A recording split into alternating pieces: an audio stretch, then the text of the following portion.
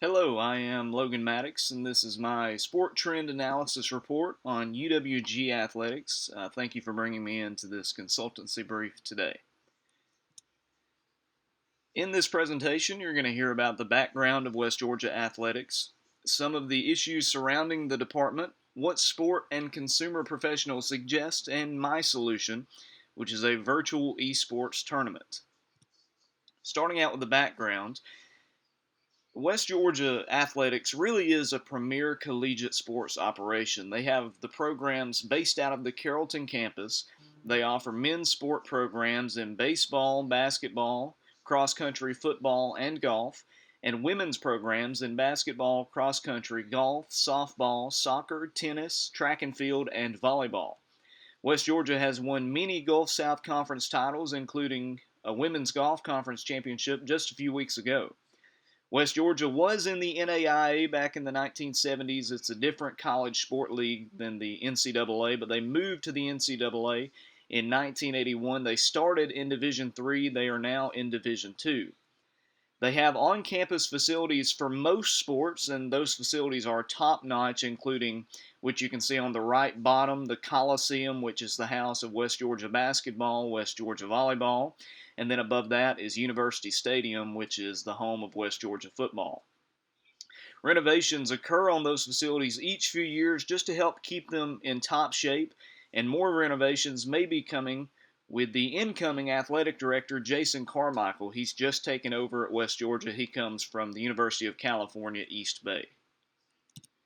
Continuing to talk about the background of West Georgia, mentioned a moment ago, they are a member of the Gulf South Conference in Division II, and this is a very tough conference in really every sport because you're playing nationally recognized powerhouses in every sport like Valdosta State, West Florida, and Alabama Huntsville. West Georgia in itself, though, really is a name brand. The Wolves sport teams have had a plethora of success in the past years, and they can recruit top talent from all over metro Atlanta, all over the state of Georgia, and all over the southeast, whether you're talking about Georgia, Florida, Alabama, Tennessee. But however, just a moment ago I mentioned past success, and that takes us right into the problem. A big problem with West Georgia athletics, which you can see in the picture on this slide, is fan attendance is declining, and this is a big problem. Football games at best receive about 50% capacity, and that was before COVID. And these numbers are even worse for less revenue generating sports like basketball, baseball, softball, and volleyball. Student support is also rapidly decreasing. Student sections at West Georgia, which is one of the biggest schools in Georgia, are basically unheard of. And why is this happening? That's a big question. People are wondering why this is happening. It's because West Georgia athletics just isn't connecting with the younger generation. And I'll be happy to explain. If you look to the right, you see West Georgia's football records in 2015 and 2019. Now, in 2015, the Wolves football team won the Gulf South Conference and they made it to the NCAA Division II semifinals. In 2019, they finished right at 500 in conference play and they didn't even sniff the playoffs. Can you guess which year had better support?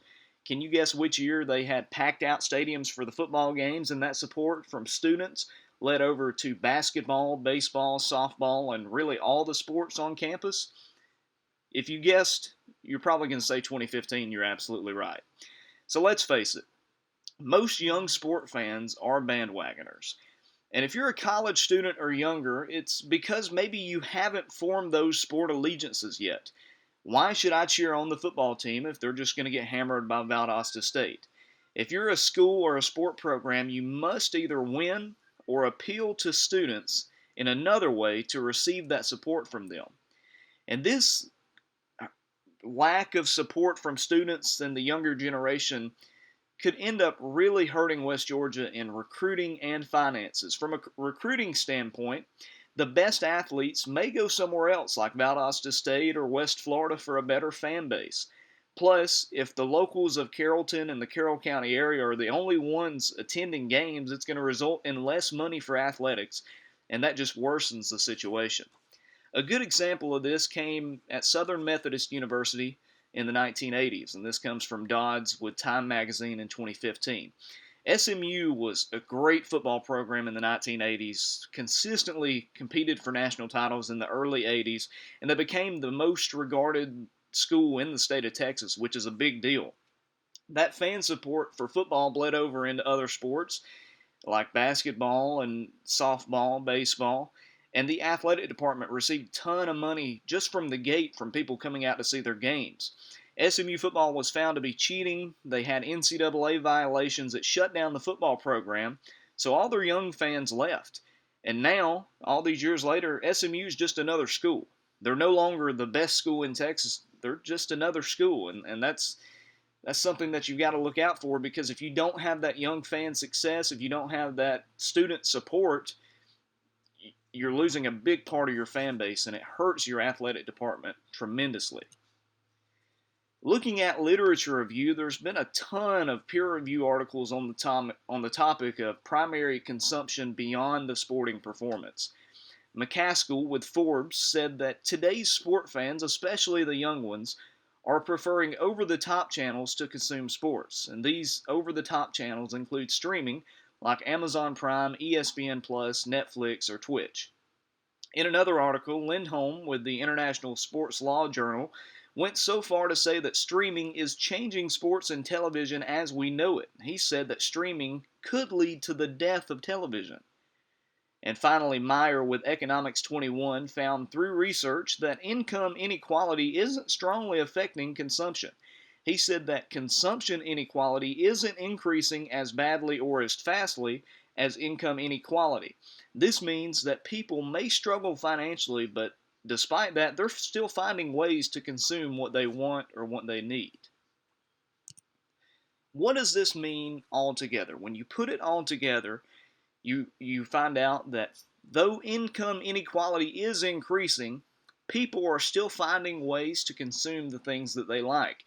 And right now, for young sport fans, for a lot of sport fans, there's a huge trend towards streaming as a method of consuming sporting content. So putting it all together, people are consuming things that they enjoy, and for younger sport fans right now, that means consuming sports via streaming. UWG should host a virtual Madden NFL football esports tournament, and they should promote it through the athletic department.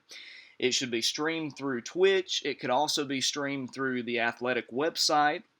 This is going to help aid the problem at hand by giving a straightforward way for West Georgia athletics to develop a new generation of Wolves fans.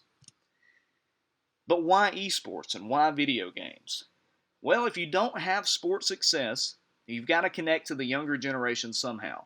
Video games have always been popular with the younger generation, and some of the top games now are Madden, NBA 2K Basketball, and Fortnite. Esports tournaments also have picked up steam here recently as people compete in the games one-on-one or in teams for prizes. People play, attend, and stream these events, and a lot of the people that deal with these events that are fans or participate in them are youth, are younger people. If this virtual tournament at West Georgia is as successful as we anticipate, it could lead to other tournaments with popular games, leading to more fans tuning in. Or West Georgia could even develop an official team at West Georgia. Right now they just have an esports club, but the athletic department could make a full-fledged, scholarship-free, inexpensive team, a West Georgia esports team, to represent the school and bring recognition, awards, and even new fans, new young fans, to the athletic department. Looking at the negative reactions and how West Georgia could deal with them, I would imagine honestly that most of the negative reactions would just come from older people. West Georgia students and student athletes may think that this will put gaming over them, but we could assure them that they still matter and it's not going to hurt their coverage. College is all about trying new things, and that's what we're doing. We're trying to reach out to esports fans. I can't imagine that students or student athletes would be too upset, and they would probably understand and maybe even like that we're doing the tournament. On the other side, older people may be more ignorant on the topic. Most older people haven't played video games and they won't like the change, but we'll explain that we're just trying something new to appeal to our students. There may be some hate on social media from older folks, but not from actual fans. True fans will understand. They might not support the tournament, they may not like the change, but they'll still support the sports they do like here at West Georgia.